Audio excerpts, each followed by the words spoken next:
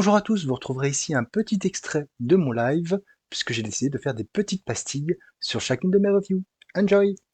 Prochaine lecture, The Blue Flame. J'en avais parlé sur le live de Deviant, et j'en ai parlé aussi avec JN Lecter.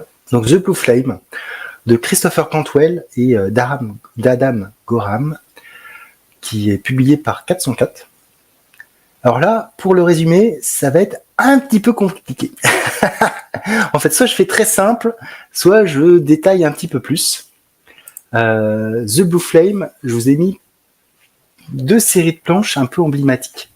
Donc The Blue Flame, c'est Sam Brosman, qui, quand on commence le comics, semble être une espèce de super-héros à la Green Lantern qui se balade dans l'espace, qui visite des planètes, etc., etc. Il tombe sur une planète, on le demande de suivre les habitants, et il est devant un conseil et il devient l'avocat de la Terre.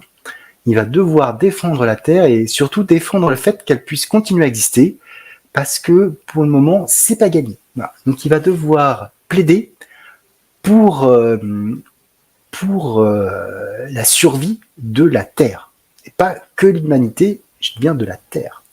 Ce qui donne aussi pas mal de choses. Donc on a cette partie-là, et puis après, on a une partie un peu plus classique, qui se passe sur Terre, justement, où on découvre ce personnage de Sam Brosman, qui s'appelle The Blue Flame, mais qui n'est pas tout à fait le même pouvoir, qui ne semble pas avoir de pouvoir cosmique, qui circule en voiture, et qui fait partie d'un groupe de vigilantes. Dans cette ville, ils boivent des bières, ils font des petites actions, etc. Et un jour, il y a une attaque terroriste sur ce groupe, et il est le seul survivant. Donc on va avoir 2 histoires qui s'imbriquent. Donc d'une façon, l'histoire avec le procès de l'humanité, où le procureur Yarix, qui est un extraterrestre, va être à la fois l'aider et bien l'enfoncer. Ça va être très ambigu, ce personnage. Et de l'autre côté, on va suivre Sam Brosman suite à cet attentat. Qu'est-ce qui s'est passé? Les histoires avec sa sœur, les histoires avec le conjoint de sa sœur, les histoires avec une journaliste, des histoires avec le monde, et surtout toujours dans la procession de l'avancée de ce procès pour sauver la Terre. Et alors pour moi, j'ai trouvé que c'était une bonne lecture, mais parfois, l'expression c'est quoi? C'est le trop est l'ennemi du bien.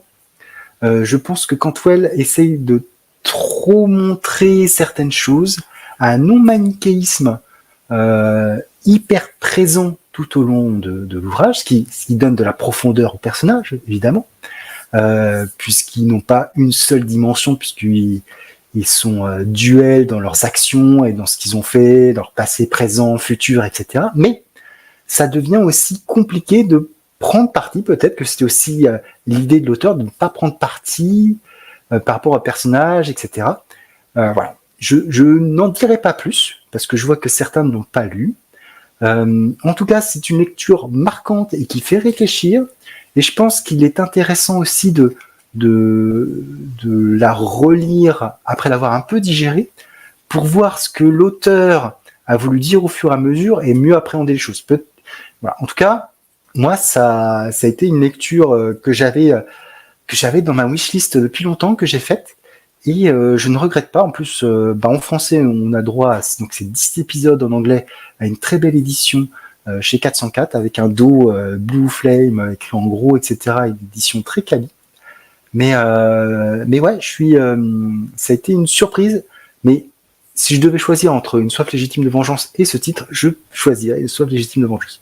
Parce que la vengeance, c'est toujours mieux. Mais ouais, c'est en tout cas, là on est sur quelque chose de complètement différent, blague à part. Et franchement, c'est plutôt pas mal aussi. Graphiquement, c'est très beau. Voilà. Par contre, comme je vous le disais, peut-être qu'à certains moments, on se perd un petit peu entre les différentes vues des personnages et ce qui peut se passer, etc.